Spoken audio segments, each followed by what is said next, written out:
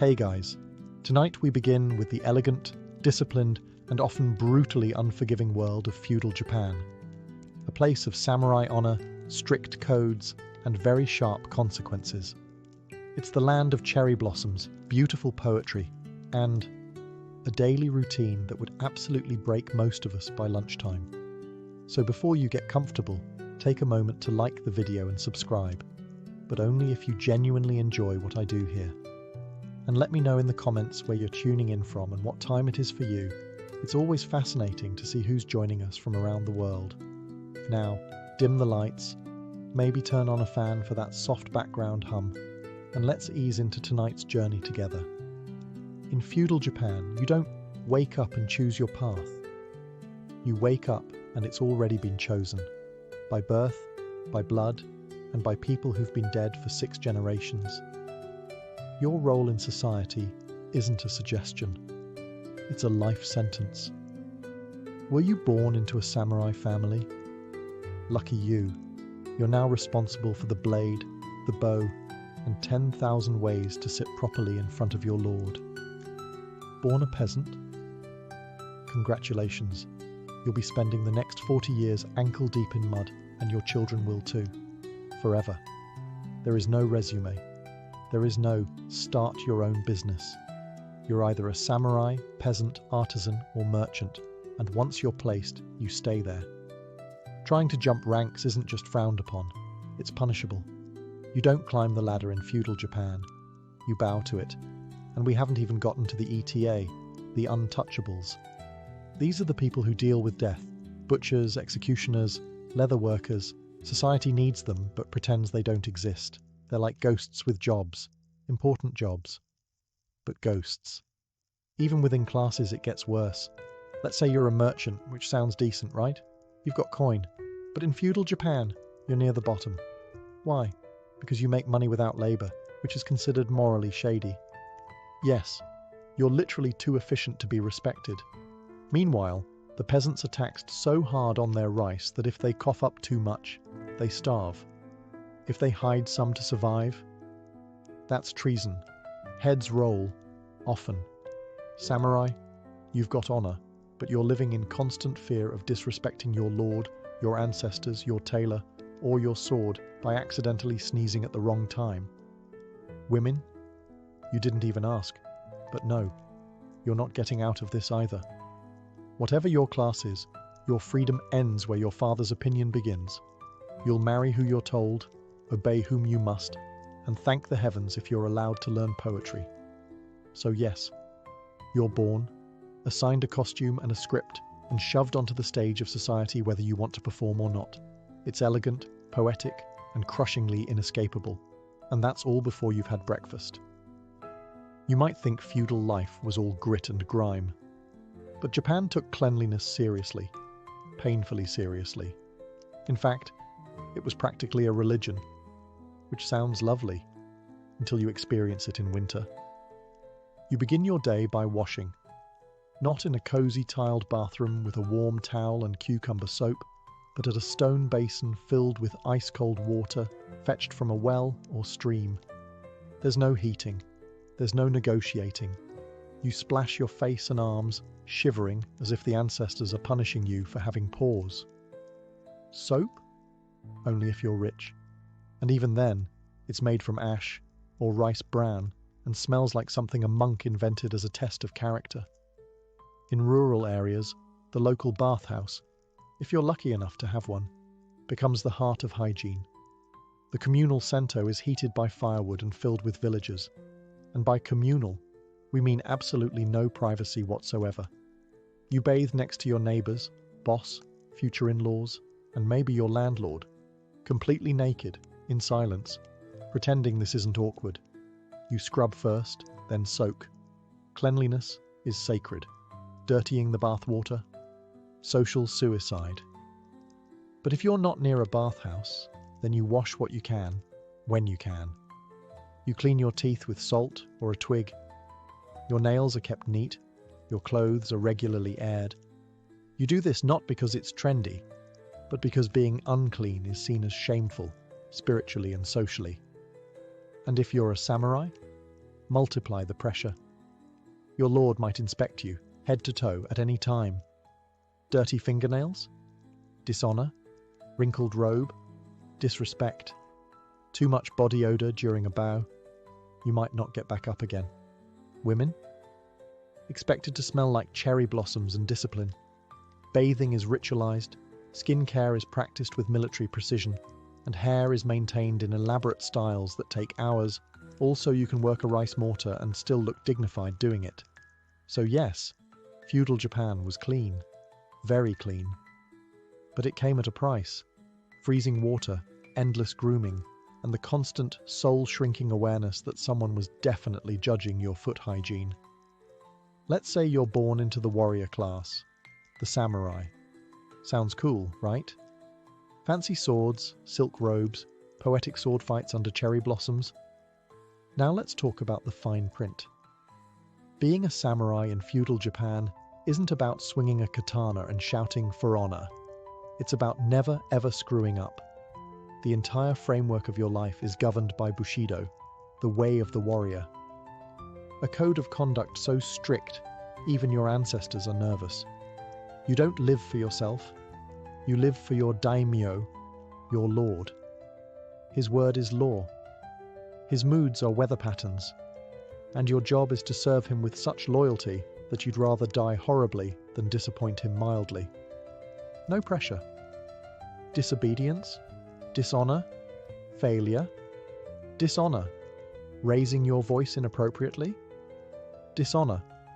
Looking at the wrong person sideways during a tea ceremony? You guessed it. Dishonor.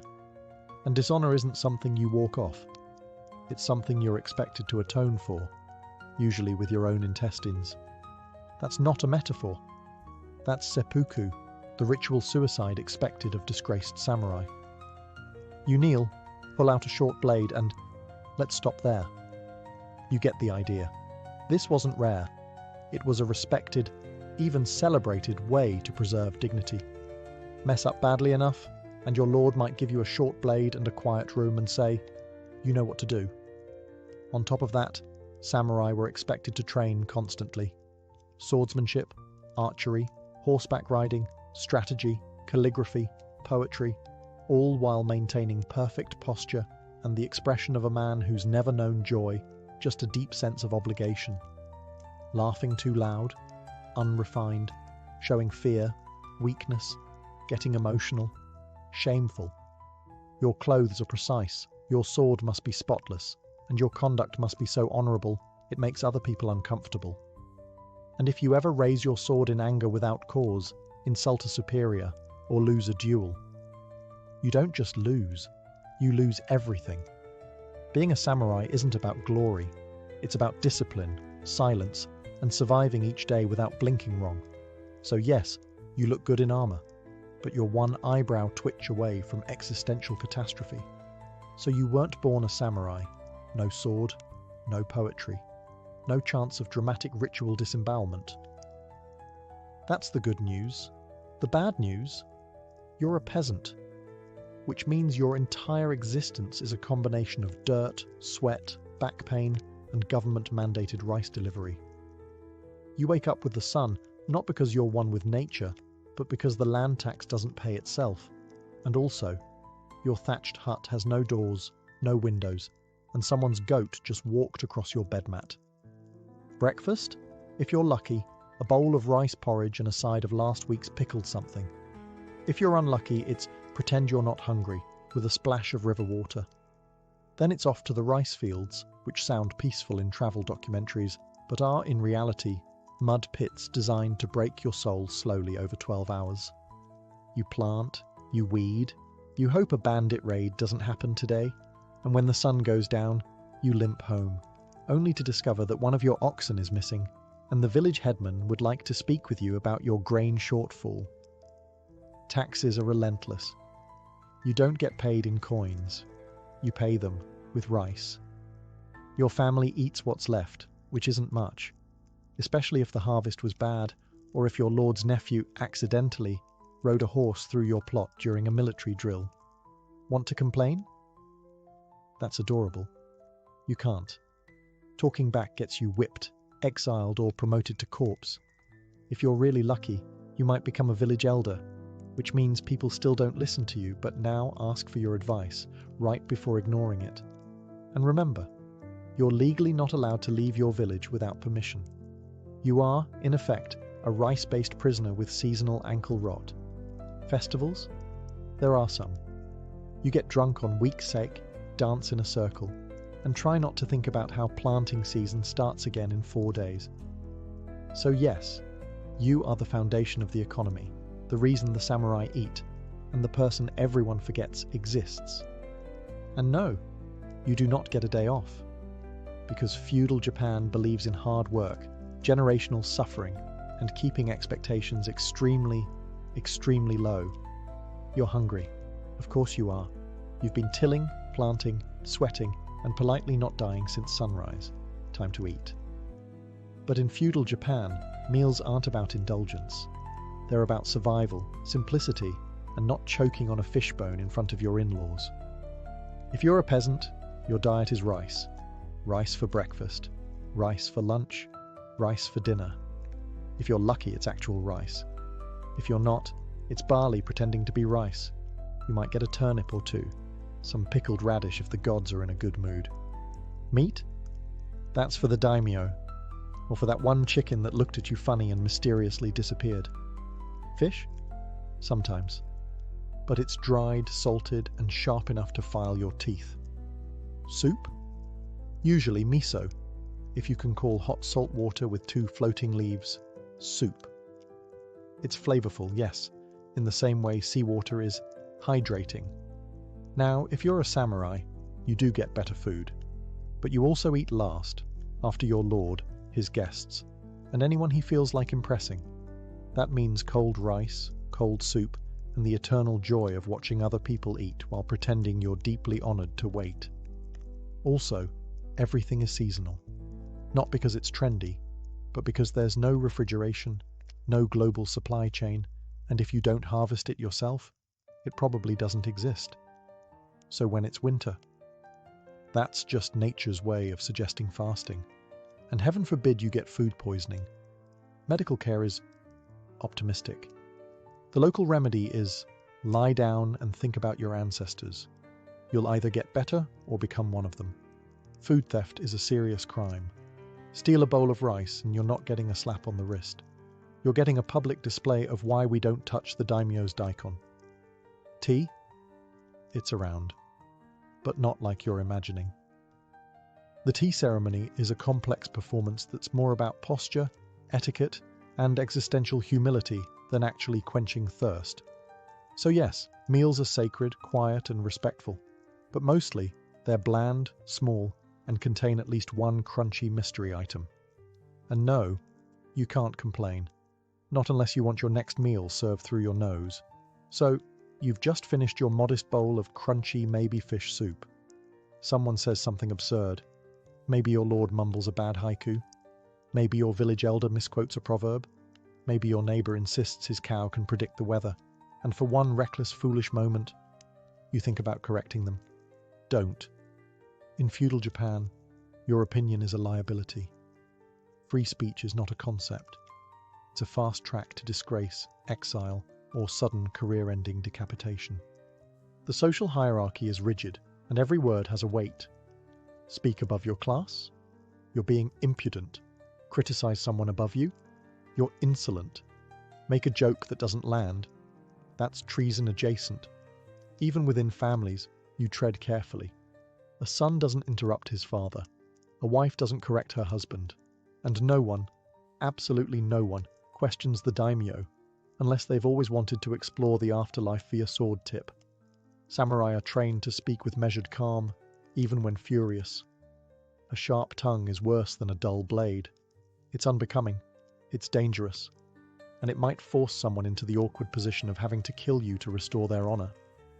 Which brings us to apologies. In feudal Japan, apologies are an art form. You don't just say, sorry. You bow. You grovel. You possibly write a poem about your shame. You might even send a gift, like a live bird or a decorative comb, while sincerely hoping the person receiving it doesn't decide to duel you anyway. And God's help you if your tone is too casual. A misplaced word can be interpreted as sarcasm, defiance, or spiritual rot. Silence is almost always safer. Even humour is a tightrope walk. Laughing at the wrong thing could be seen as disrespect. Laughing with someone important might imply you think you're on their level. And that's how people end up mysteriously reassigned to the far north. So yes, you're free to speak, technically. But in practice, you nod, smile, and pray your opinion never tries to escape your mouth. Because in feudal Japan, loose lips don't just sink ships. They sink social standing, reputations, and sometimes your entire bloodline. In feudal Japan, fashion isn't about self-expression. It's about making sure everyone knows exactly how far below them you are, just by looking at your sleeves. Your clothing doesn't reflect your personality. It reflects your position, your purpose, and whether or not you're legally allowed to carry a sword without getting tackled by a samurai. Let's start at the top. Samurai wear layers of silk robes, sometimes armoured, always dignified. Their outfits are carefully arranged to signal status and readiness. The colours, deep blues, earthy browns, and the occasional blood-red flourish, elegant, ominous, and almost always implying, "I have killed a man for less than a fashion faux pas." And of course the swords. A samurai's daisho, the paired long and short swords, is more than a weapon set. It's a walking badge of authority. Drawing one in public is a last resort. Wearing them improperly is a first step toward being publicly corrected with extreme sharpness. Peasants, on the other hand, wear cotton and humility. Brown, grey and beige dominate your wardrobe. It's not because they're minimalists. It's because dyed fabric costs money, and you're too busy surviving to worry about coordinating hues. Your outfit says, "Yes, I work in mud. No, I didn't choose this lifestyle. Yes, these are my only sandals." Merchants wear finer materials. They have money after all. But they're still socially ranked below samurai and peasants, so they keep it muted. Rich, but not too rich. Silk? Yes, but subdued. Wealthy merchant families are experts at looking just respectable enough not to get noticed by a bored samurai on patrol. Artisans and craftsmen dress neatly but modestly. Their clothing is durable, practical, and most importantly, unobtrusive. Drawing attention to yourself is considered a personality defect. And then there are women who must strike a delicate balance between grace, obedience, and wearing 12 pounds of folded symbolism. Hairstyles are coded. Kimono patterns are seasonal. And if you wear a colour meant for a different festival, congratulations. You've just dishonoured your entire household and possibly started a neighbourhood whisper war. In short, what you wear isn't just about clothing. It's about rank, ritual, and surviving daily judgment from both heaven and your mother-in-law. So, you're imagining moonlit walks beneath cherry blossoms, whispered poetry under paper lanterns, perhaps a dramatic kiss between a samurai and a forbidden princess. Yeah. No. In feudal Japan, love is a side quest, and not one you're likely to complete. Marriage isn't about feelings. It's about alliances, status, rice taxes, and not embarrassing your ancestors. If you're a peasant, your marriage is arranged by your parents and maybe the village elder. Romantic compatibility isn't discussed. Sturdy legs and healthy teeth are considered more important. If you're from a samurai family, the stakes are even higher. Marriages are tools of politics. Your partner is chosen to solidify a clan alliance, secure land, or pay off a grudge with a nice kimono. The goal isn't happiness. It's stability, ideally one that doesn't collapse during harvest season. Love letters. Maybe. But only if they're written in perfect calligraphy, using the appropriate seasonal metaphors, and passed along discreetly by a maid who definitely knows too much. Women, of course, have even less say. A samurai daughter may be married off at 15, required to master calligraphy, etiquette, needlework, and the fine art of never expressing disappointment out loud. Her job is to bear sons, serve tea, and absolutely never fall in love with the flute teacher. Actual romantic love, the kind with stolen glances and passionate declarations, is the domain of poets, theatre plays, and tragic ghost stories. If you want to experience love in feudal Japan, you'll need to watch a no-drama about two doomed lovers who turn into mist. And if you try to step outside your assigned relationship structure, good luck. Adultery can lead to exile, disgrace, or death by sword-related disapproval. The punishment might be carried out by your spouse, your lord, or your in-laws, whoever gets there first. Even for samurai, taking a concubine was common, but that didn't make things easier. It just added more people to disappoint silently. So yes, people fell in love. Secretly. Painfully. Occasionally with the wrong person, and always at the worst possible time. Because in feudal Japan, love wasn't forbidden. It was just dangerously inconvenient. In feudal Japan, death isn't a distant concept. It's your neighbor, your co-worker, your roommate, who never pays rent, but is always around. You don't plan for retirement. You plan for your exit. Because death isn't a tragedy here. It's part of the script. Let's start with the samurai. These honorable warriors walk around with two swords and a personal death plan. If they lose a battle, seppuku, insult their honor.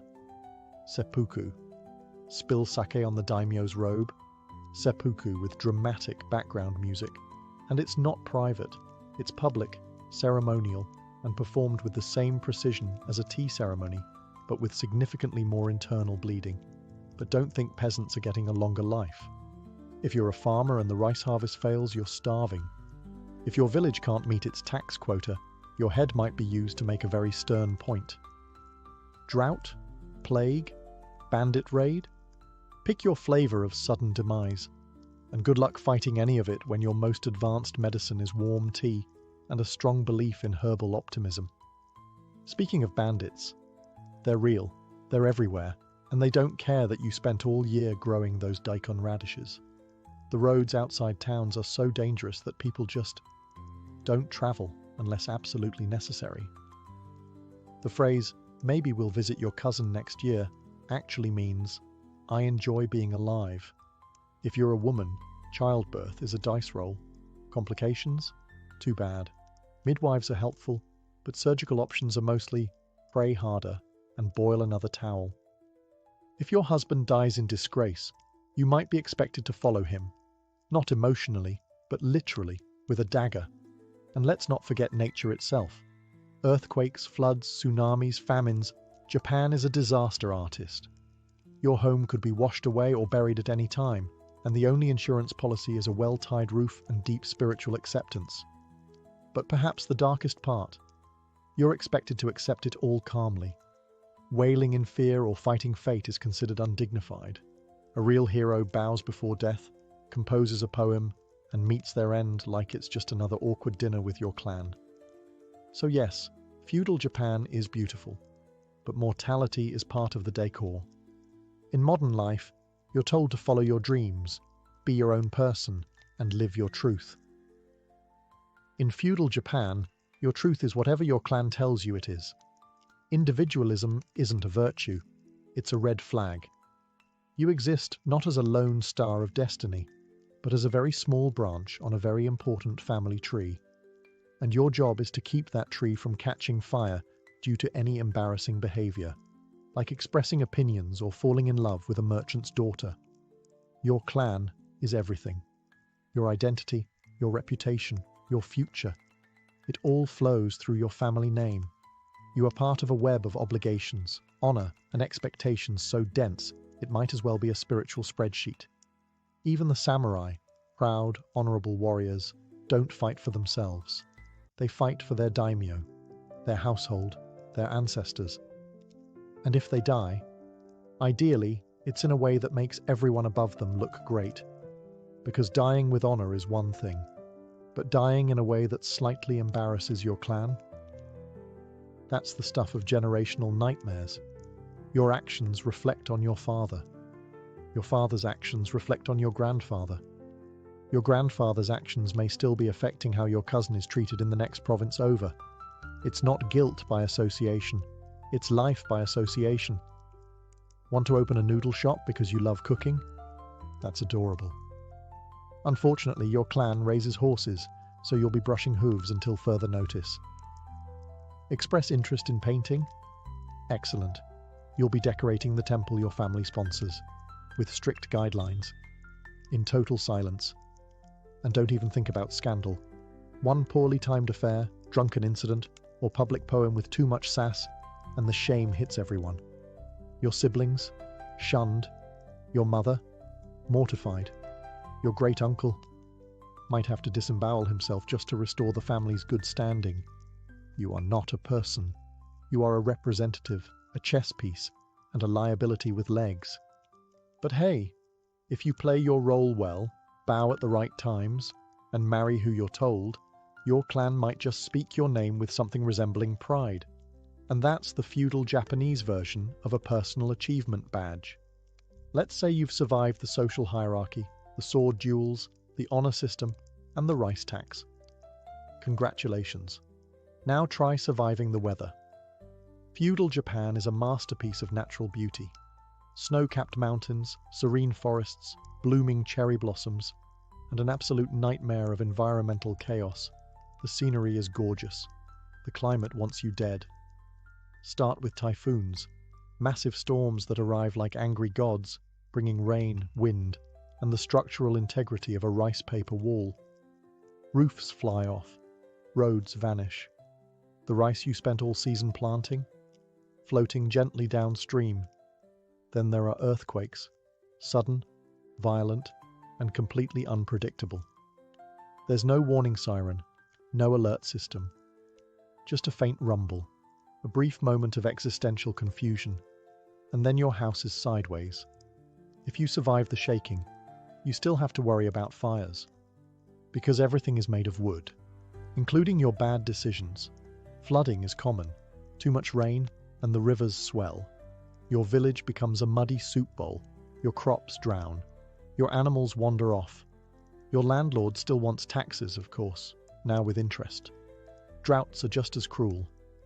Weeks of punishing sun and no rain leave the land cracked and the rice fields dry as a monk's humour. You pray to the gods. You do rituals. You start eyeing the neighbour's well with deep suspicion. And then there's winter. Not a snowy wonderland, more like bone-deep cold, thin blankets and fires that burn out by midnight. Heating isn't central. It's communal suffering.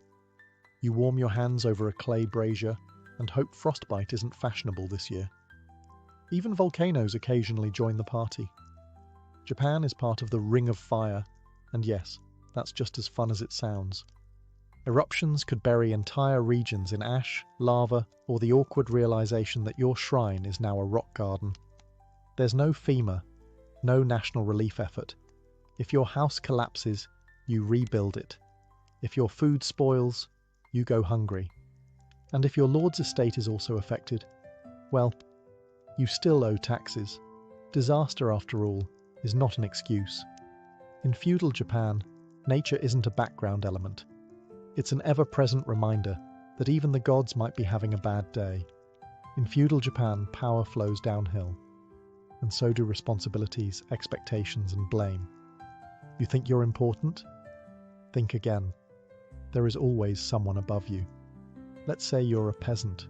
Your life is governed by the village headman, who answers to the local samurai, who answers to the daimyo, who answers to the shogun, who maybe, possibly, whispers to the emperor, who doesn't rule so much as haunt the capital in expensive robes. Even the samurai, fierce, sword-carrying enforcers of justice, aren't at the top.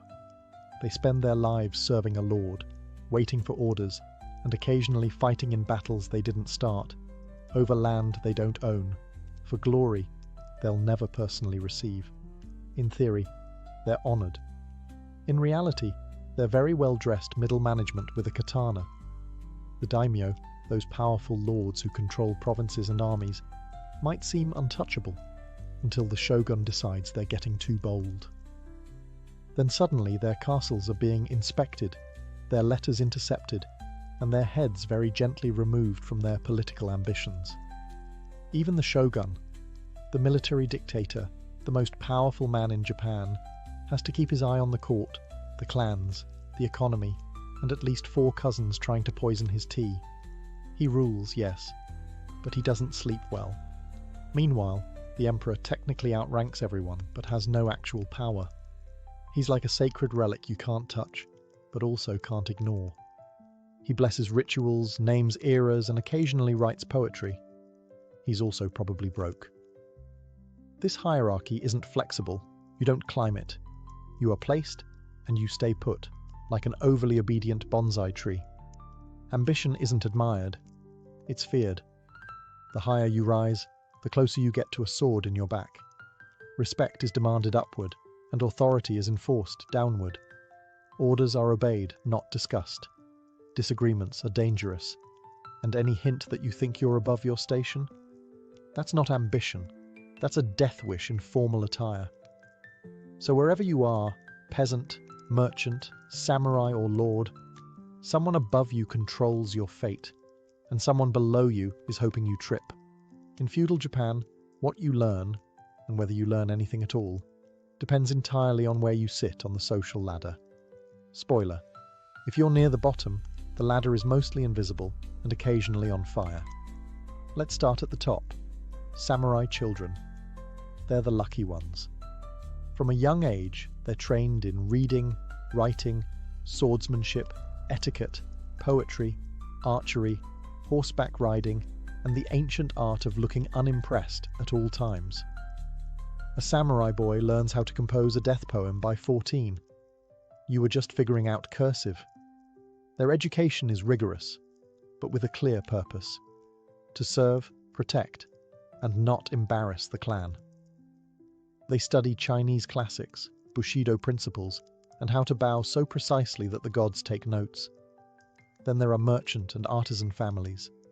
They get some education, usually math, record keeping, maybe a bit of reading, but only what's necessary for business. You're not reading Confucius. You're learning how to calculate the cost of pickled turnips in bulk. Practical? Yes. Glorious? Not really. Peasant children?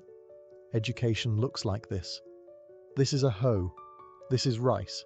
Now start working before the sun beats us to it. Your parents teach you how to farm, how to survive, and how to politely not die in front of the tax collector. Literacy is rare. Schooling is a luxury. The only scroll you'll read is the one nailed to a tree explaining why your taxes just went up again. And girls? Unless you're from a high-ranking family, you don't get much formal education at all. You're trained in domestic skills, sewing, etiquette, tea ceremonies, and how to maintain silence while maintaining a household.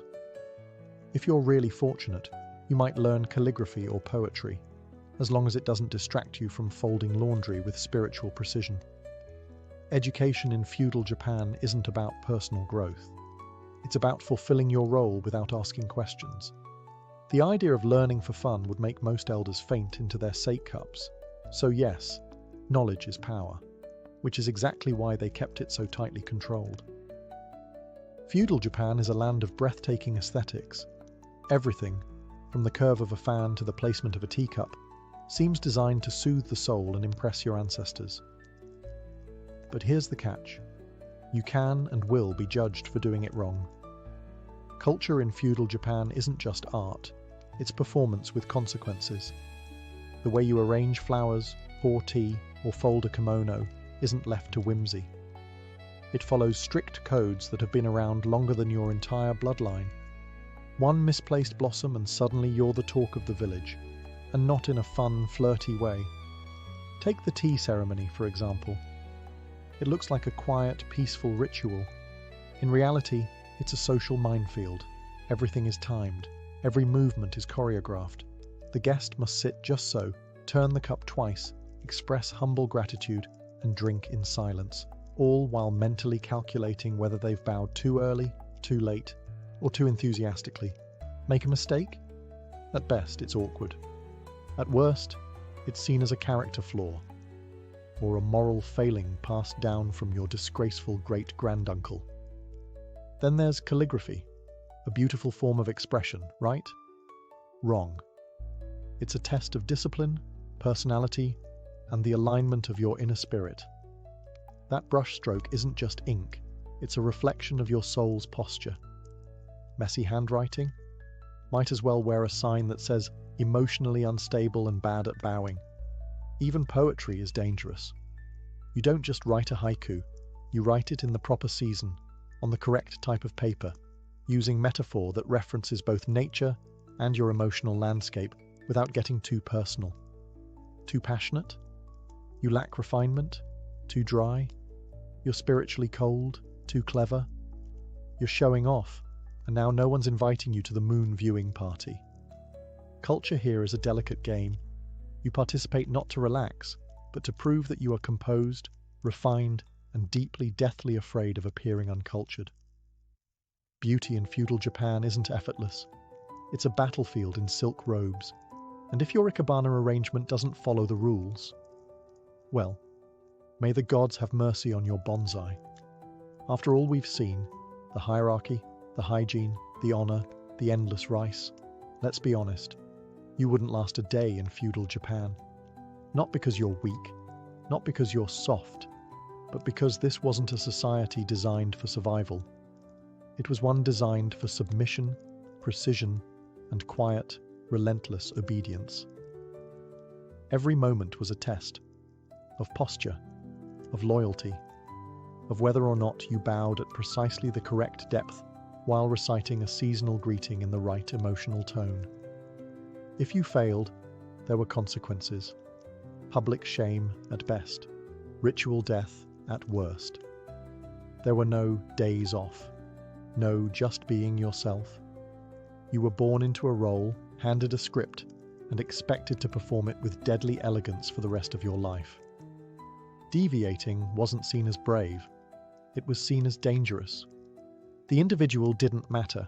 The clan did, the lord did, the land did. If you were a samurai, you carried the weight of centuries of honor and the very real threat of having to recite poetry before slicing open your own abdomen. If you were a peasant, you worked the land from dawn until your spine became a question mark, hoping the weather didn't betray you, or your lord didn't. If you were a woman, your life was a carefully managed exercise in grace, silence, and sacrifice. And if you were anyone else? Well, the system was designed to make sure you stayed exactly where you were. Feudal Japan was beautiful, yes, breathtakingly so. The architecture, the rituals, the poetry, the art, all meticulously curated. But that beauty came with sharp edges. It required discipline so tight it could snap bones. It demanded respect so absolute it swallowed individuality whole. So no, you wouldn't last. You'd speak out of turn, or laugh too loudly, or accidentally step over a threshold with your left foot instead of your right. You'd forget to bow. You'd ask a question. You'd want to change something. And that alone would mark you as a threat to the order. But that's the brilliance and the tragedy of feudal Japan. It wasn't made to be easy. It was made to endure. In an age where women were barely allowed to speak in public, let alone command an army, Artemisia of Caria existed like a historical glitch, someone who absolutely, by all the rules of ancient society, should not have been possible. And yet, there she was, seated on a throne wearing the double burden of queen and naval commander, plotting war alongside some of the most powerful men of the ancient world. Artemisia ruled Halicarnassus, a city nestled along the southwestern coast of Asia Minor, modern-day Turkey. Technically a vassal under the sprawling Persian Empire, Halicarnassus was part of a patchwork of territories often caught in the gravitational pull of regional powers. But Artemisia didn't simply inherit a political position, she made it dangerous. She was Greek by blood, Persian by loyalty, and a woman by biology, each identity carrying immense weight in an age dominated by iron and testosterone. Her father was likely of Carian descent, while her mother hailed from the island of Crete. Upon her husband's death, instead of stepping aside for a male successor, Artemisia claimed the reins of power. That was already an act of quiet defiance, but she didn't stop at ruling. She wanted to conquer. When Xerxes the Great launched his legendary invasion of Greece around 480 BCE, Artemisia did something no other woman of her time dared. She volunteered for war, not to stitch bandages or offer prayers from a safe distance, but to command ships and risk death. She supplied 5 of her own vessels, sleek, fast, deadly, and led them personally into the thick of battle. And Xerxes, ruler of an empire stretching from India to Egypt, didn't just tolerate her presence. He listened to her, valued her. It was a bold move. Some would say foolish. A Greek fighting for Persia? Treasonous. A woman on a warship? Unthinkable. But Artemisia knew what she was doing. She wasn't motivated by loyalty to bloodlines or empires. She was playing the game of survival and power. And she played it better than most of the men around her. In a world carved up by men with swords, Artemisia didn't ask for permission. She built her fleet, sailed into history, and dared anyone to stop her. By siding with Xerxes, Artemisia effectively declared war on her own people, the Greeks. It was a decision that raised eyebrows even before a single oar hit the water.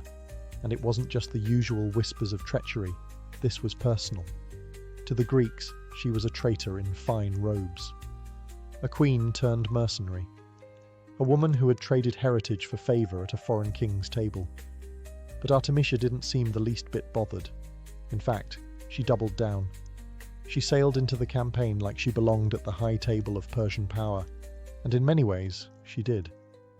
Xerxes, famous for surrounding himself with brutal warriors and sycophants, found in Artemisia something he rarely encountered: honesty. Blunt, piercing honesty. She told him not what he wanted to hear, but what he needed to know. In council meetings, surrounded by decorated generals and satraps with bloodied boots, Artemisia spoke with clarity and strategy, and she was rarely wrong. Her advice was sharp, tactical, and often laced with warnings others were too proud to voice. Before the infamous Battle of Salamis, she urged Xerxes to avoid direct naval confrontation with the Greeks, warning that the cramped straits would nullify Persia's numerical advantage. But Xerxes, swayed by overconfidence and flattery, ignored her. That decision would come back to haunt him. Even among her Persian allies, Artemisia's presence was complicated. Many commanders resented her authority. After all, she wasn't just a woman, she was a Greek woman. One who told truth to power and led her own ships with unnerving precision. She wasn't there as a figurehead or symbolic mascot. She was there to win. And that unsettled more than a few mustachioed warlords who'd spent their lives in the business of conquest. Meanwhile, back in Greece, her name spread like a stain. Herodotus, himself from Halicarnassus, seemed both fascinated and baffled by her. He documented her with the mix of awe and suspicion usually reserved for mythical creatures. To some, she was Medusa in a breastplate. To others, a misunderstood genius with the audacity to think like a man, and better than most of them. Artemisia was many things: loyalist, strategist, traitor, visionary. But above all, she was a political animal who understood one hard truth. In war, identity bends. Only power remains. If there was ever a stage that tested Artemisia's brilliance and boldness, it was the Battle of Salamis. This wasn't just any battle. It was the naval showdown of the Greco-Persian Wars. The Persian fleet, massive and overconfident, squared off against a much smaller but strategically positioned Greek navy in the narrow straits near Athens. It was here that Xerxes' campaign would falter, and it was here that Artemisia would make one of the most shocking tactical moves of her career. Let's rewind slightly. Artemisia had warned Xerxes not to engage the Greeks in these narrow waters. She argued, correctly, that their superior maneuverability and familiarity with the terrain would nullify the Persians' size advantage. But Xerxes, intoxicated by numbers and pride, dismissed her warning. He wanted a spectacular victory. What he got instead was humiliation. As the battle raged, chaos swallowed the Persian lines. Ships collided, formations broke, and Greek triremes darted like sharks between lumbering vessels. It was a slaughter, and in the middle of it all was Artemisia, commanding her flagship, surrounded by allies and enemies, trying to survive a collapsing battle. Here's where things get wild. With a Greek ship pursuing her relentlessly, Artemisia made a decision that historians still debate today. She ordered her ship to ram and sink another Persian vessel, one from an allied king no less. The move was so unexpected that the Greeks, assuming she must be on their side, stopped chasing her. She slipped away untouched. Xerxes, watching from a hilltop, supposedly witnessed this and turned to his aides, exclaiming, "My men have become women, and my women have become men." It was perhaps the highest praise he ever gave a subordinate, especially one who had just sacrificed a friendly ship to save herself. But Artemisia's move wasn't just about survival. It was strategy, misdirection, and cold-blooded calculation wrapped into one. She read the battlefield in real time and made a split-second decision that saved her ship, her crew, and possibly her own life. It was controversial. It was brutal. But it worked. While many Persian commanders died that day or fell into disgrace, Artemisia sailed back not as a failure, but as one of the only leaders Xerxes still trusted. The Persian fleet limped back from Salamis, humiliated. Ships were lost, morale shattered, and the myth of Persian naval invincibility obliterated. For many commanders, this was the beginning of the end. But for Artemisia, it was a strange kind of triumph. In the middle of a disastrous campaign, she emerged as the lone figure of competence, someone who had warned the king, acted decisively, and escaped unscathed. Xerxes took notice. Now back on land, licking the wounds of defeat, the Persian war machine had to pivot. And in a rare moment of candid trust, Xerxes turned once again to Artemisia, not as a novelty, but as his most reliable advisor. He asked her a deeply personal question. What should he do next? Artemisia, ever blunt, told him exactly what no proud emperor wanted to hear. Retreat. She urged him to return to Persia and leave his trusted general Mardonius in charge of the remaining campaign in Greece. You've achieved what you needed. Athens has burned. Don't push your luck. That was essentially her message, and incredibly, Xerxes listened. The man who had ignored most of his war council followed the advice of a single woman. It was a moment that confirmed what others had only suspected. Artemisia wasn't just brave, she was politically lethal. She knew when to fight, when to deceive, and now, when to walk away. Her power didn't come from brute force, it came from clarity, something in short supply among kings and conquerors. In the aftermath, she was entrusted with the guardianship of Xerxes' sons, an honor that spoke volumes. In ancient courts, you didn't hand your heirs to just anyone. You chose someone whose loyalty was ironclad and whose judgment could be trusted. Artemisia, a woman born on the fringes of empire, had now placed herself right at its heart. Back in Halicarnassus, she returned not as a queen uncertain of her place, but as a figure of undeniable consequence. Her legend began to take root. She wasn't just a ruler anymore. She was the woman who stood face to face with empires and didn't blink. Where most would have sought safety in silence, Artemisia had stepped into war, and somehow came back more powerful than when she left.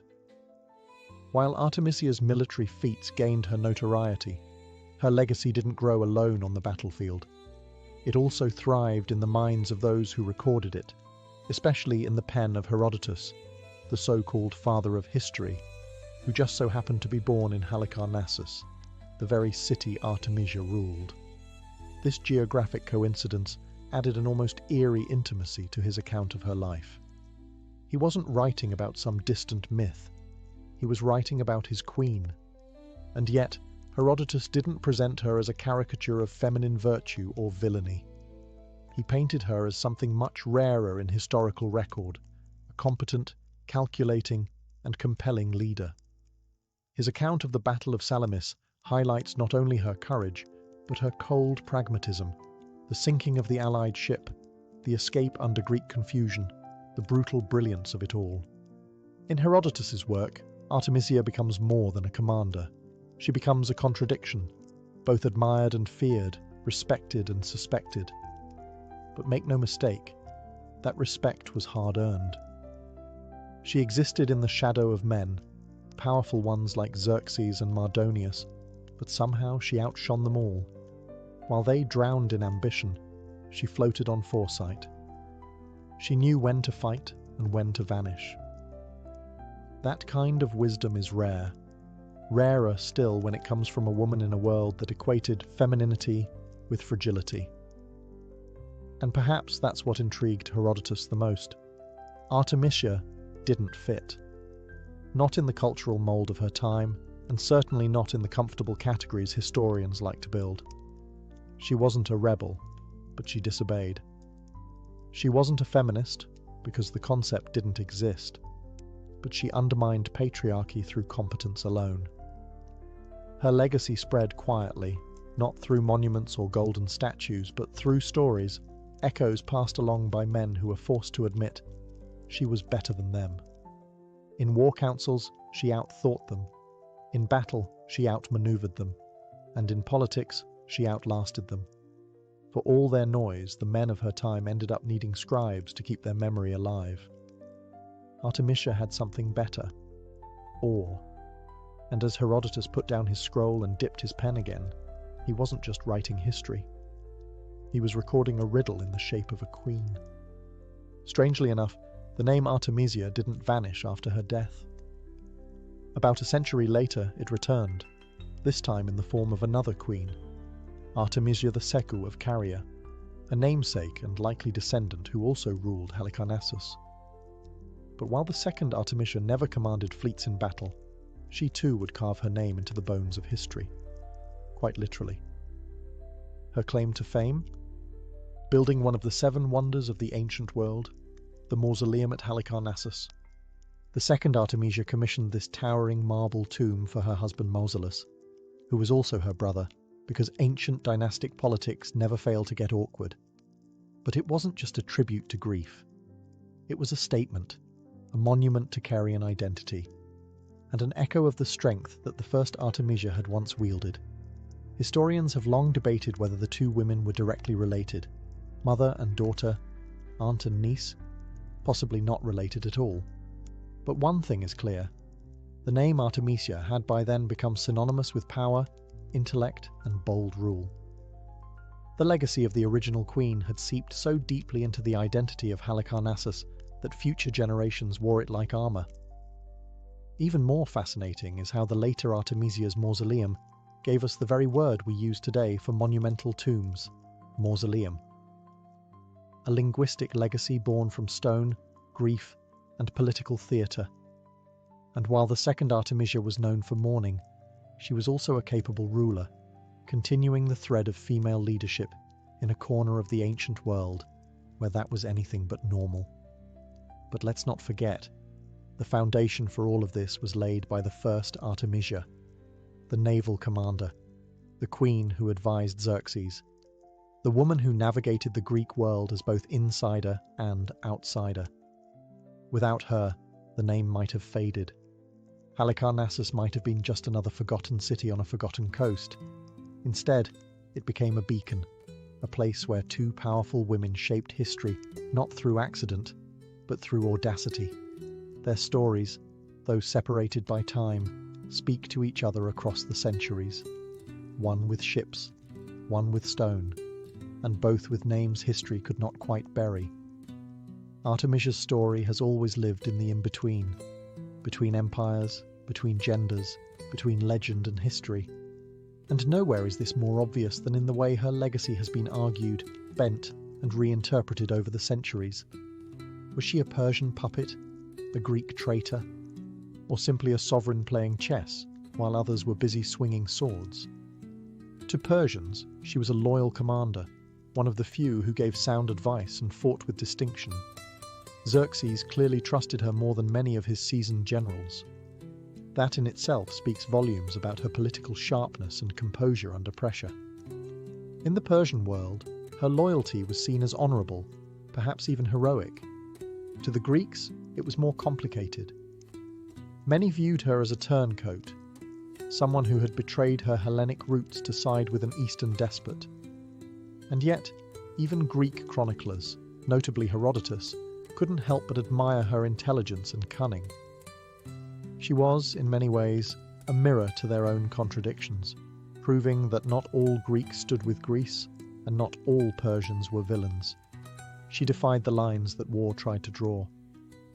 And then there's the modern view, where historians and readers alike continue to wrestle with what she represents. A feminist icon before feminism? Maybe. A symbol of shrewd leadership in a world built to exclude her? Absolutely. Her legacy continues to fascinate, not because she fit the mold of ancient queens, but because she cracked it open. In military circles, she is still cited in naval histories, often as a rare case of a woman commanding warships in antiquity. In literary and political circles, she appears as a symbol of reason in an age of hubris. And in popular culture, she occasionally resurfaces, sometimes twisted, sometimes glamorized, but always unmistakable. But here's the truth. Artemisia didn't care about legacy, not in the way we do. She wasn't building a brand or writing memoirs. She was trying to survive, to rule, to win. And that's what makes her story so enduring. It wasn't shaped by vanity or myth-making. It was shaped by decisions, hard ones, controversial ones, and more often than not, the right ones. She didn't belong to Persia. She didn't belong to Greece. She belonged to herself. As the centuries passed, Artemisia's story did what all great stories eventually do. It mutated. She was no longer just a historical figure. She became myth, metaphor, and sometimes monster. Writers and dramatists reinvented her as they pleased. In some tales, she was a cruel seductress. In others, a warrior queen possessed by bloodlust. The real Artemisia, the tactician, the realist, the survivor, was buried under layers of fantasy and fear. Part of this distortion came from a simple truth. Men didn't know what to make of her. A woman who gave orders, who didn't crumble in the face of war, who told kings they were wrong and proved it. That didn't sit well with the ancient world. So, storytellers did what they often do when faced with a woman they can't control. They rewrote her. One bizarre legend claimed that she fell hopelessly in love with a man who didn't return her affections, and in a fit of despair, she threw herself from a cliff. Not exactly the kind of thing a steely naval commander does, but it served the narrative of turning strength into tragedy. Another version painted her as a venomous schemer, more witch than queen. It's a pattern that repeats across history. When a woman gains power through intellect or audacity, later generations either soften her into a damsel or darken her into a villain. Artemisia got both treatments, neither of which honoured the truth. The real Artemisia didn't rule with seduction or superstition. She ruled with vision, reason, and cold strategic brilliance. She played a man's game by her own rules, and won. That, more than anything, terrified those who came after her. Because if one woman could do it, what was to stop others? Even in modern times, adaptations continue to distort her. Hollywood, for example, recast her as a vengeance-fueled femme fatale in 300. Rise of an Empire. Entertaining? Sure.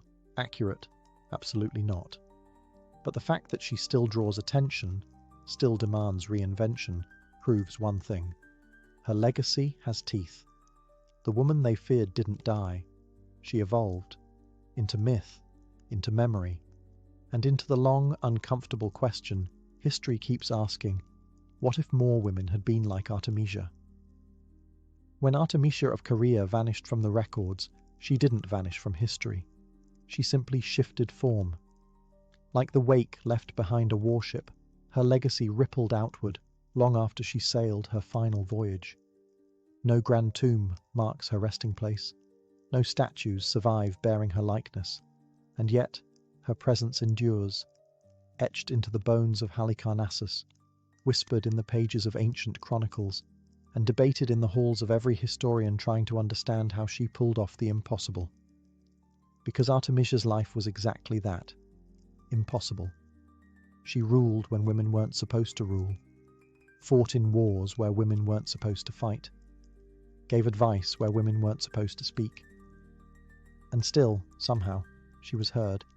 She wasn't merely tolerated, she was respected. That is perhaps her rarest achievement. Not just surviving the ancient world as a woman in power, but earning the kind of grudging admiration that made even her enemies pause. Centuries later, her name remains a paradox, simultaneously exalted and obscured. She's not the household name that Cleopatra or Joan of Arc became, but perhaps that's fitting. Artemisia didn't chase legend. She chased outcomes.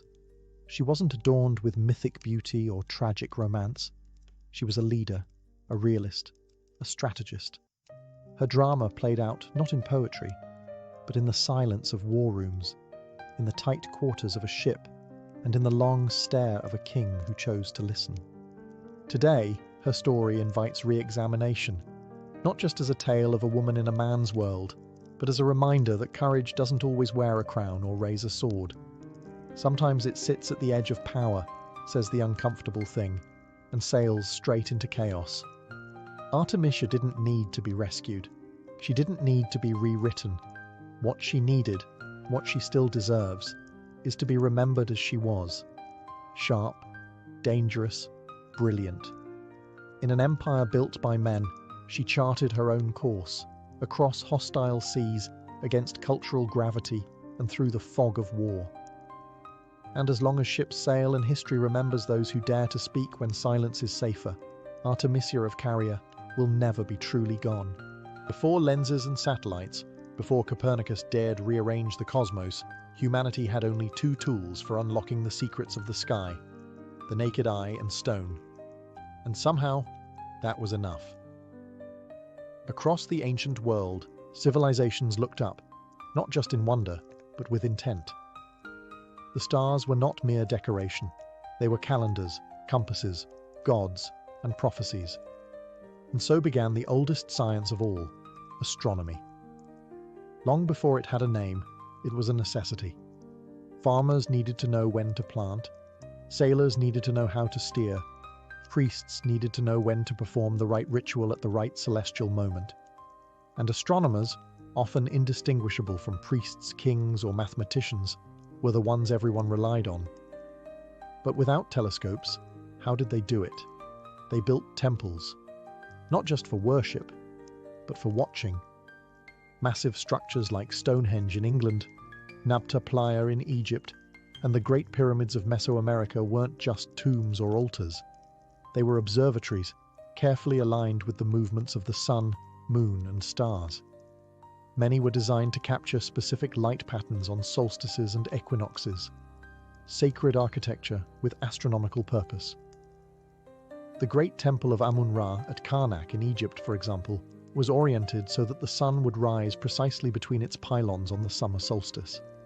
The Maya at Chichen Itza built El Castillo, a pyramid that casts a shadow of a serpent slithering down its staircase on the spring and autumn equinoxes. In India, vast stone instruments like the Jantar Mantar allowed astronomers to track the declination of celestial bodies with remarkable precision. These weren't accidents. These weren't crude guesses. These were deliberate, data-driven feats of cosmic engineering. And they weren't isolated. From the Andes to the Nile, from Babylon to Beijing, humans were building with the stars in mind, sinking stone with starlight. They charted planetary motions, eclipses, and even retrograde movement with nothing but patience, observation, and a deep sense of cosmic order. The sky wasn't just watched. It was measured, mapped, and built into the very bones of their cities. Long before glass could magnify the heavens, civilizations were already recording their rhythm, in stone, in silence, and with astonishing accuracy. In the sun-baked floodplains of ancient Mesopotamia, the Sumerians looked up and saw not just stars, but structure. Around 3000 BCE, they weren't simply telling stories about the heavens, they were organizing life around them. To the Sumerians, the sky wasn't random. It was a cosmic schedule, and their job was to interpret it correctly. These early astronomers laid the groundwork for what we now call celestial mechanics. They observed the regular motions of the sun, moon, and planets, and realized these movements weren't chaos, they were clocks. That's how they developed one of the earliest known calendars, dividing the year based on the lunar cycle. It wasn't perfect, but it was remarkably effective for tracking agricultural and ritual events. And speaking of time, the Sumerians gave us the sexagesimal system, the base 60 counting method still baked into how we measure minutes, seconds, and degrees. When you glance at a clock showing 60 minutes in an hour, or 360 degrees in a circle, you're echoing a 5,000-year-old way of thinking. They didn't have telescopes, but they had ziggurats, step towers rising toward the heavens. From these platforms, priest astronomers kept careful records on clay tablets, noting when Venus appeared on the horizon, when the moon turned red during an eclipse, or when a star cluster returned after months below the horizon. Their word for these watchers? Umanu, learned ones, both scientists and spiritual guides. Over time, Sumerian stargazing would evolve into something more systematic. Their descendants, the Babylonians, built vast star catalogues, predicted eclipses with eerie accuracy, and gave names to constellations that are still in use today. But it all began with the Sumerians, scribbling celestial movements in cuneiform and laying down the earliest astronomical records we've ever found. Perhaps most impressive is how this early science blended seamlessly with mythology. To them, the sky was divine, yet predictable. The gods moved in patterns, and if you understood those patterns, you could align your crops, your rituals, and your fate.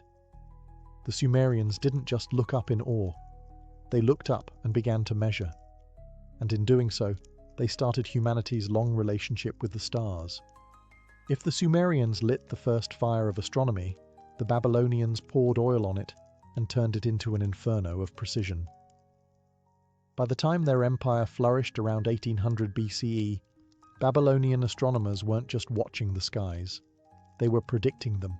Eclipses, planetary conjunctions, retrograde motion, all charted, logged, and projected with stunning regularity. They weren't guessing. They were calculating. The Babylonians took the Sumerians' observational legacy and supercharged it with math. They recorded the positions of stars, planets, and the moon on clay tablets known today as the Enuma Anu Enlil and the Mulapin, some of the oldest known astronomical texts in existence. These weren't bedtime stories. They were raw data, line after line of celestial movements. When Venus would rise, how long it would shine, when a solar eclipse might strike. These tablets were essentially the world's first almanacs. The most remarkable part? They could predict lunar eclipses using a pattern known as the Saros cycle, a period of roughly 18 years after which eclipses repeat. They didn't understand why it worked, but they knew it did work, and that was enough. For a culture that fused divination with astronomy, being able to foresee cosmic events gave them enormous power, both spiritual and political. And while the Greeks are often credited with inventing the zodiac, the truth is, the Babylonians got there first. They divided the sky into 12 equal parts, each anchored to a constellation, and laid the foundation for what would become the zodiac signs we still use and misuse today. Yes, when someone asks your sign, you can thank Babylon. But what really sets the Babylonians apart is their mathematical boldness. They tracked planetary motion, even retrograde paths, and used arithmetic methods to approximate celestial cycles. Not geometric models, mind you, that would come later with the Greeks, but arithmetic that worked. And for practical purposes, that was more than enough. They saw the universe as a ledger of patterns, a giant machine of repeating cycles. And their astronomers were not just mystics or priests. They were early scientists, hunched over tablets, decoding the rhythms of the cosmos in symbols and numbers. In the dark, they wrote the sky. While the Babylonians were busy predicting eclipses, the ancient Egyptians were syncing their entire civilization to the stars, quite literally.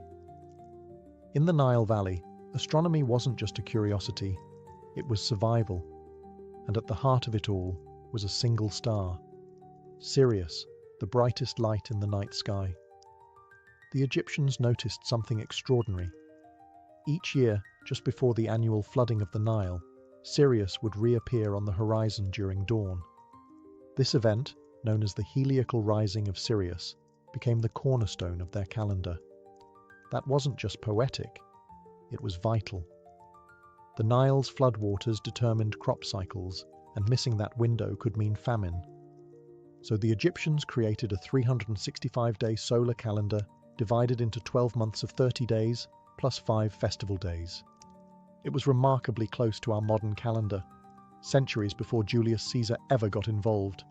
But the Egyptians didn't stop with Sirius.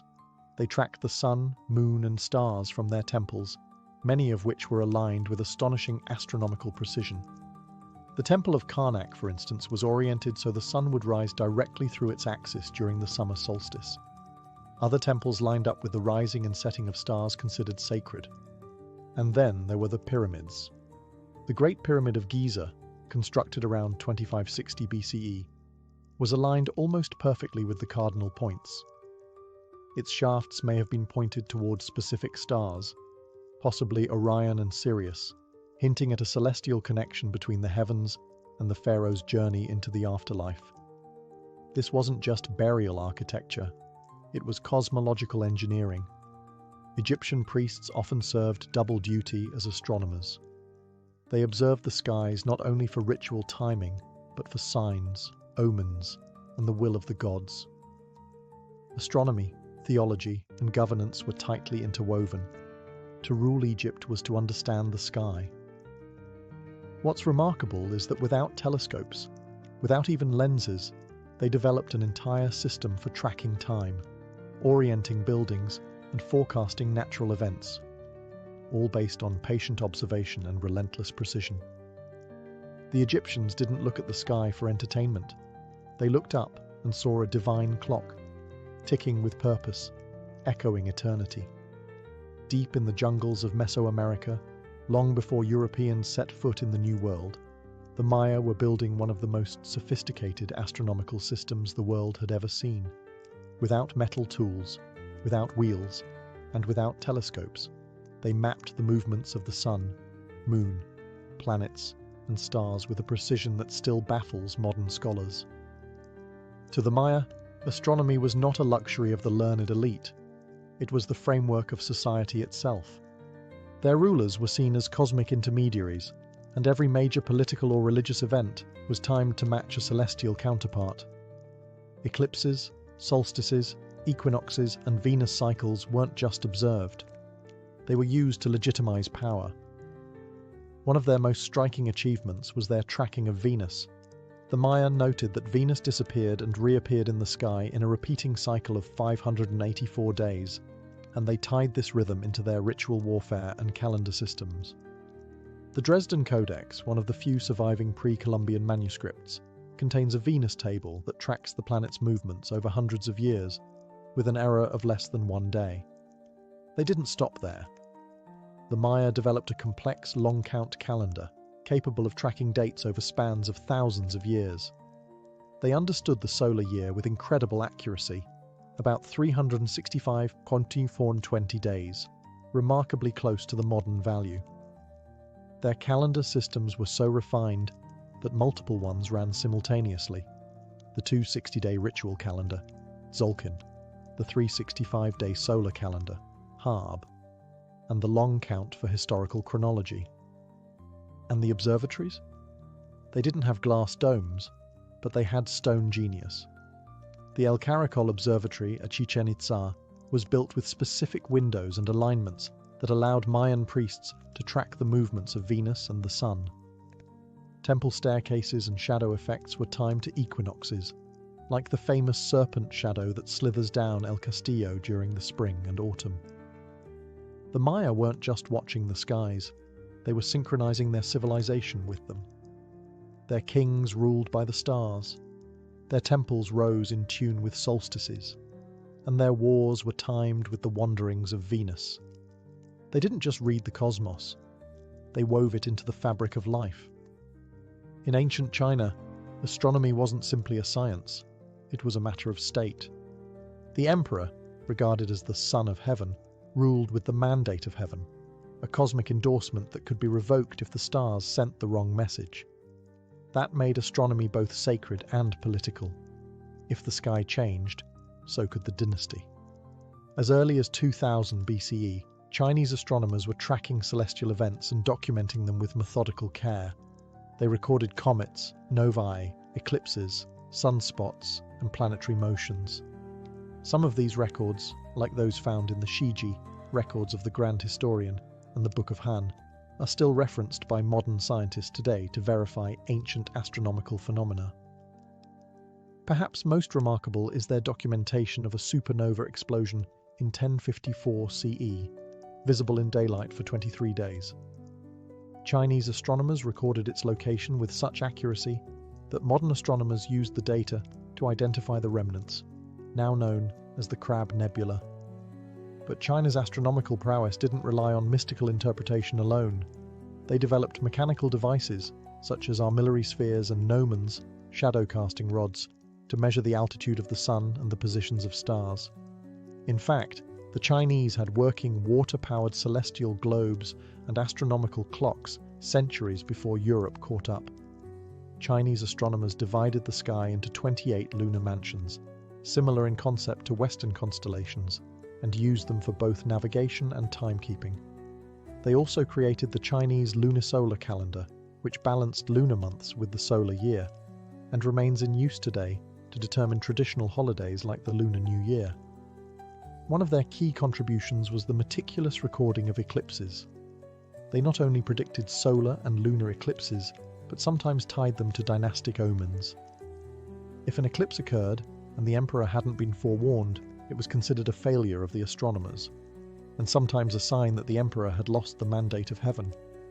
In short, astronomy in China wasn't tucked away in a scholar's study.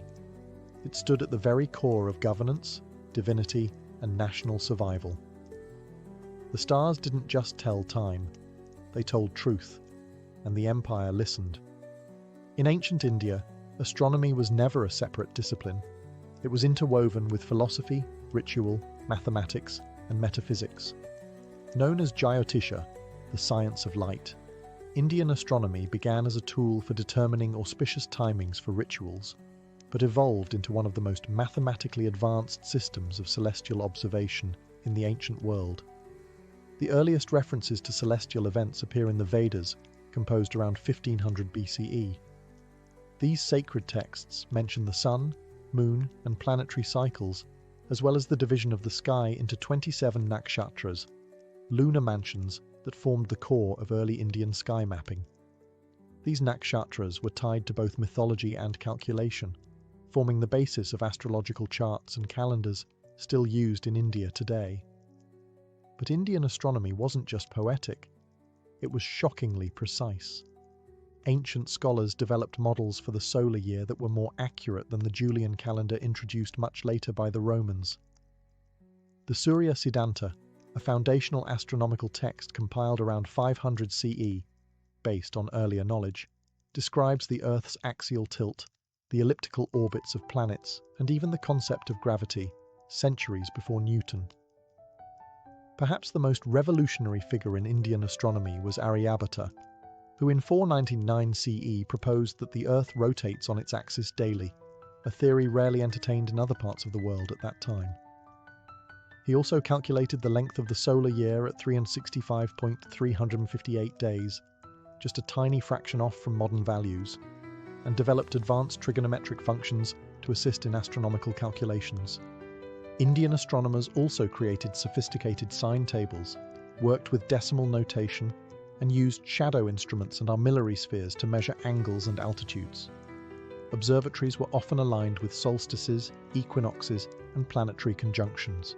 But beyond technical achievements, Indian astronomy carried a cosmic elegance.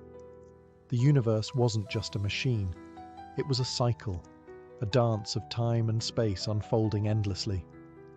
Astronomy wasn't about domination over nature, it was about harmony with it. In the Indian worldview, understanding the heavens was a way of understanding the self, a geometry of spirit where planets moved not just across the sky, but through the soul. If other civilizations looked to the sky for guidance, ritual, or survival, the ancient Greeks looked up and asked, why? Why do the stars move? Why do planets wander? And most importantly, can the cosmos be explained by reason? Greek astronomy marked a turning point in humanity's relationship with the heavens. Where others saw patterns and portents, the Greeks sought laws. They weren't just observers, they were theorists, trying to decode the sky using mathematics, geometry, and philosophy. It began with Thales of Miletus, one of the first to suggest that celestial phenomena had natural causes. Then came Anaximander, who imagined the Earth floating in space, unsupported, and suggested that the heavens formed a sphere. These ideas may sound crude today, but for their time, they were revolutionary.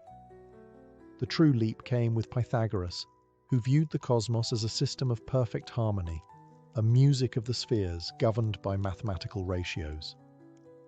His followers believed the universe could be understood through numbers, laying the foundation for theoretical astronomy.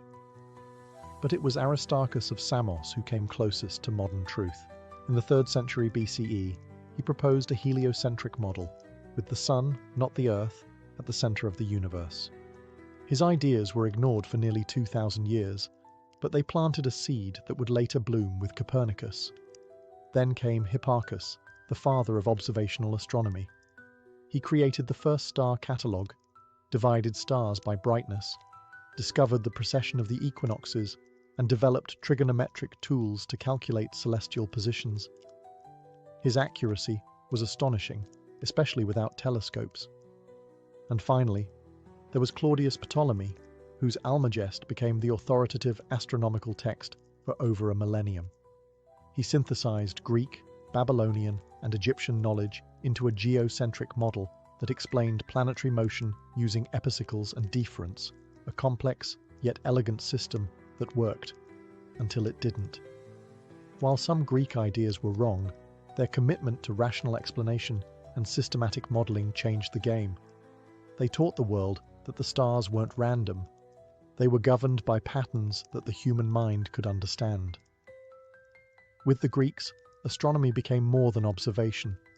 It became an argument between earth and sky, between logic and myth, and between what we see and what we know. By the time the telescope was invented in the early 17th century, humanity had already spent thousands of years watching the skies, with nothing but eyes, shadows, and stone.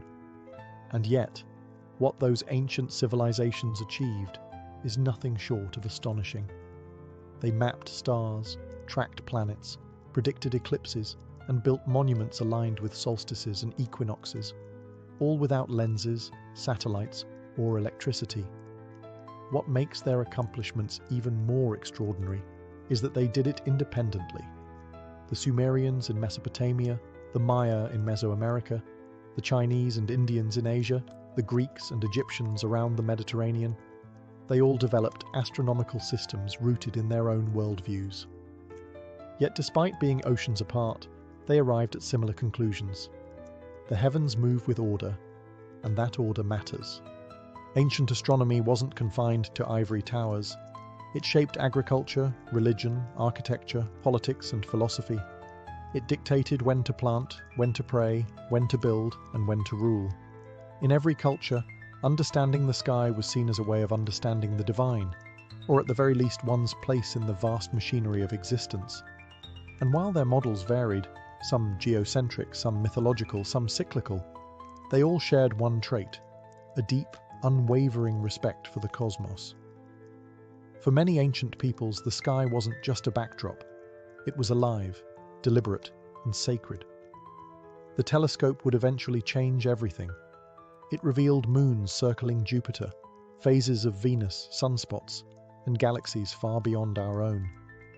But the groundwork, the patient mapping, the systematic records, the sheer curiosity that belonged to the ancients. Today, we carry their legacy every time we check a calendar, map the stars with a phone app, or celebrate a solstice. Every GPS satellite and space mission is built on a foundation they laid in clay, stone, and papyrus. They didn't know about black holes or cosmic microwave backgrounds, but they asked the right questions. They looked up, and they noticed. In the darkness, without knowing it, they became the first scientists. Quietly, faithfully, they wrote their questions in the sky. And thanks to them, we now have the tools to look deeper, not just into space, but into our own origins. In 1803, something unprecedented happened. A young republic, barely 3 decades old, bought a landmass so vast it doubled its territory overnight. The Louisiana Purchase wasn't just a real estate deal, it was a geopolitical thunderclap. With the stroke of a pen, the United States acquired more than 828,000 square miles of land from France, stretching from the Mississippi River to the Rocky Mountains. 13 future states would eventually rise from this vast, fertile terrain. And the price? A cool $15 million, roughly 4 cents an acre. But what makes this even more extraordinary is that no one, not even the Americans, saw it coming. At the time, President Thomas Jefferson had one goal: to secure access to the Mississippi River and the crucial port city of New Orleans. The young nation was heavily dependent on river trade. Farmers in the Ohio Valley needed to float their goods south, and whoever controlled New Orleans held the keys to economic survival. Jefferson authorized diplomats to offer France up to $10 million just for New Orleans and some nearby lands. That's it. But when those diplomats arrived, they were blindsided. The French had a counteroffer, not just New Orleans, the entire Louisiana territory. Why? France, under Napoleon Bonaparte, was shifting its priorities. Napoleon had dreams of a grand North American empire, but the Haitian Revolution had crushed French ambitions in the Caribbean. Disease, rebellion, and mounting tensions with Britain made holding on to Louisiana more trouble than it was worth. Napoleon needed money for war, not swamps and prairie. Faced with an unexpected opportunity, the American negotiators said yes, quickly, even before they could get full approval from Jefferson. After all, this wasn't just a port. It was the Mississippi River, the Great Plains, access to the Rocky Mountains, and future control over the heart of the continent. What Jefferson received wasn't just land. It was destiny, a blank canvas for westward expansion, national growth, and, inevitably, conflict. But while newspapers celebrated, one truth was ignored. This land was not empty. It was already home to dozens of native nations, each with their own histories, alliances, and claims. And so, a deal made in Paris would not only reshape maps, it would alter lives across an entire continent. At the heart of the Louisiana Purchase stood one man with a crown and a headache: Napoleon Bonaparte. In 1803, the French emperor was fighting on too many fronts: in Europe, in the Caribbean, and in his own treasury. And so, in an act that shocked nearly everyone involved, he offered to sell off a third of North America to the very country he had once hoped to block from continental power. It hadn't started that way. Just a few years earlier, France had secretly acquired Louisiana from Spain under the Treaty of San Ildefonso. Napoleon had grand dreams of restoring a French colonial empire. Louisiana would feed Saint-Domingue, the crown jewel of France's Caribbean colonies, today known as Haiti, with wheat, meat, and supplies. France didn't want Louisiana for its own sake. It wanted it to support sugar. But that vision collapsed in fire and fever. The Haitian Revolution, led by formerly enslaved people under leaders like Toussaint Louverture, had erupted into full rebellion. France sent tens of thousands of troops to crush it and watched them die by the thousands, not just from battle, but from yellow fever. Napoleon lost his best general, his army, and his chance to reclaim the richest sugar colony on earth. With Saint-Domingue slipping away, Louisiana became irrelevant. Worse than irrelevant.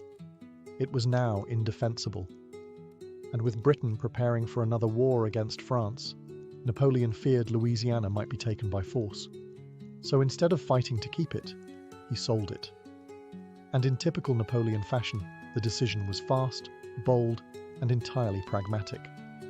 On April 11, 1803, he stunned American diplomats Robert Livingston and James Monroe with an offer: all of Louisiana, not just New Orleans, for $15 million. Napoleon's reasoning was simple. I have given England a maritime rival that will sooner or later humble her pride. He didn't just want money. He wanted the US to grow strong enough to stand against Britain. Selling Louisiana wasn't surrender. It was strategy. And so, in a single act, Napoleon abandoned his American empire and changed the future of a country he barely respected. What was an imperial afterthought to him would become the launching pad for America's expansion west, and the beginning of the end for native sovereignty across the continent. Thomas Jefferson had long envisioned an agrarian republic, a nation of independent farmers living on their own land, bound together by liberty and civic virtue. The Louisiana Purchase should have been his dream come true. But instead, it gave him a constitutional nightmare. Jefferson was a strict constructionist. He believed the federal government should only exercise powers explicitly granted by the Constitution. And guess what? Nowhere in that document did it say the US government could buy foreign territory. There was no clause for purchasing a continent, no legal roadmap for doubling the size of the nation in one transaction. So Jefferson hesitated. The offer from Napoleon was almost too good to be true. $15 million for land stretching from the Mississippi to the Rocky Mountains. It was a once-in-a-civilization opportunity, but Jefferson wrestled with the contradiction. Could he, a man who feared federal overreach, stretch the Constitution to justify such a massive acquisition? In private, he considered proposing a constitutional amendment to authorize the purchase. But the clock was ticking, and political realities loomed. If he delayed, Napoleon might change his mind, or Britain might seize the territory before the ink could dry. So Jefferson did something ironic. He embraced implied powers, the very thing he had criticized Alexander Hamilton for advocating years earlier. He rationalized the purchase as a treaty, which the Constitution did allow the president to make with Senate approval. The Senate ratified the deal in October 1803 with overwhelming support, and Jefferson, while quietly uneasy, defended his decision as necessary for the survival and security of the Republic. And just like that, Jefferson, the constitutional purist, became the architect of the largest peaceful land acquisition in US history. The contradiction wasn't lost on his critics, who called him a hypocrite, but Jefferson saw it as a necessary compromise, bending the Constitution, in his view, to preserve the Republic rather than destroy it. In doing so, he set a precedent. The federal government could acquire land by treaty, even without explicit constitutional authority, and that precedent would be invoked again and again as the United States expanded further west and into territories already lived on by others. The Louisiana Purchase had been signed, sealed, and ratified, but nobody really knew what the US had just bought. The land was vast, sparsely mapped, and filled with unknown rivers, mountains, species, and people. So, in 1804, President Jefferson commissioned an expedition that would become one of the most iconic journeys in American history, the Corps of Discovery, led by Meriwether Lewis and William Clark.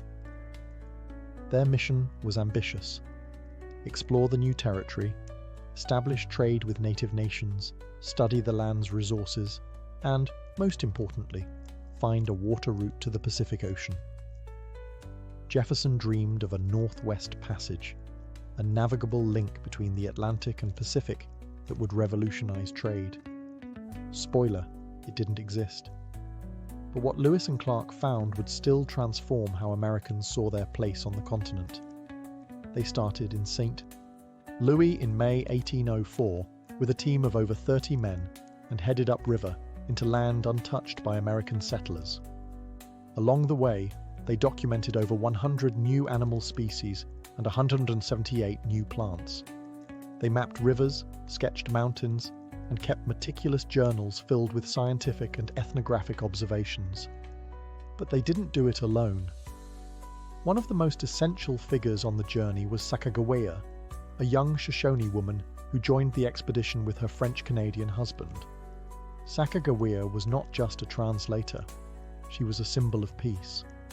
Her presence with a child signaled to native tribes that this was not a war party. Her knowledge of geography and diplomacy helped the Corps survive dangerous crossings and build crucial alliances. Over 2 years, the expedition travelled more than 8,000 miles, all by boat, horse and foot. They reached the Pacific Ocean in November 1805, built a fort for the winter, and returned east by 1806. They didn't find a northwest passage, but they brought back something arguably more valuable, a detailed account of the newly acquired land and the people who lived there. Jefferson had purchased a mystery. Lewis and Clark began to make it real. But while their reports inspired dreams of westward expansion, they also foreshadowed something darker, the coming pressure on indigenous nations and the inevitable push toward conquest under the banner of discovery. To American politicians and settlers, the Louisiana Purchase was a land bonanza, a blank slate for farms, cities, and ambition. But to the native nations who had lived there for centuries, it was something else entirely, the beginning of erasure. The land the US had purchased from France was already home to over 50 sovereign indigenous nations, each with its own language, territory, and system of governance. From the Osage and Sioux to the Cheyenne, Comanche, and Mandan, these communities had been managing the land, trading with one another, and making alliances long before any European flag had been planted. But in the eyes of Jefferson and future US leaders, the Louisiana Territory was a canvas, vast, underused, and ripe for American settlement. The native nations who lived there were not consulted in the deal.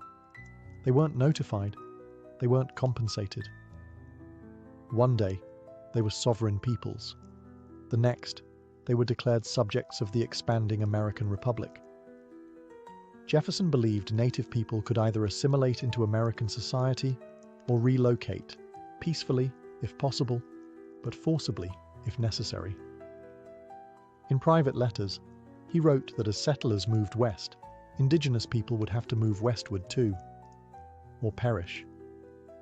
It wasn't yet called removal, but the idea was already forming. This pressure intensified after the Lewis and Clark expedition returned with news of abundant land and natural wealth. The federal government began negotiating treaties, many of them deceptive or coercive, to claim land and push tribes farther west. In some cases, military force backed these efforts. In others, it was disease and displacement that did the work. The Louisiana Purchase marked the start of a new phase in US expansion, manifest destiny before it had a name. The belief that the United States was meant to control the continent had its legal foundation in this sale, and its moral cost in the lives and lands of native nations. For indigenous peoples, the Louisiana Purchase was not a transaction, it was a trespass. It redrew maps that had never been theirs, erased boundaries that had never been acknowledged, and unleashed a wave of settlers who came not to trade, but to take. And that wave was only just beginning. The Louisiana Purchase was hailed as a triumph, a peaceful acquisition of territory that nearly doubled the size of the United States. But while the land deal was clean on paper, the reality on the ground was anything but. Expansion came with a price, paid not in gold, but in conflict, displacement, and cultural destruction. With the new territory secured, American settlers began flooding westward.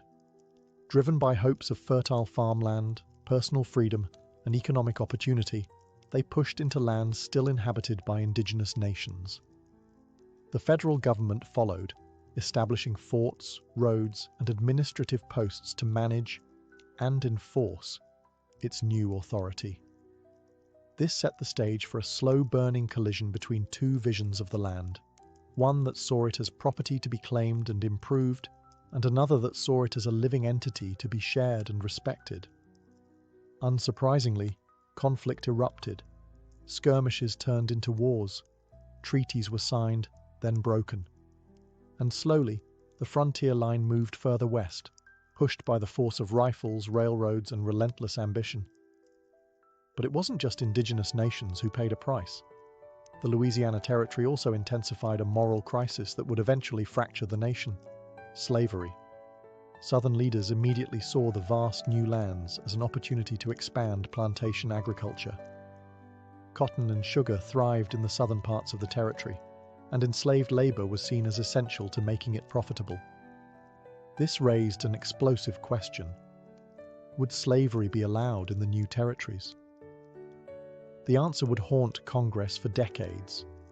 It led to the Missouri Compromise, sectional tensions, and eventually the Civil War.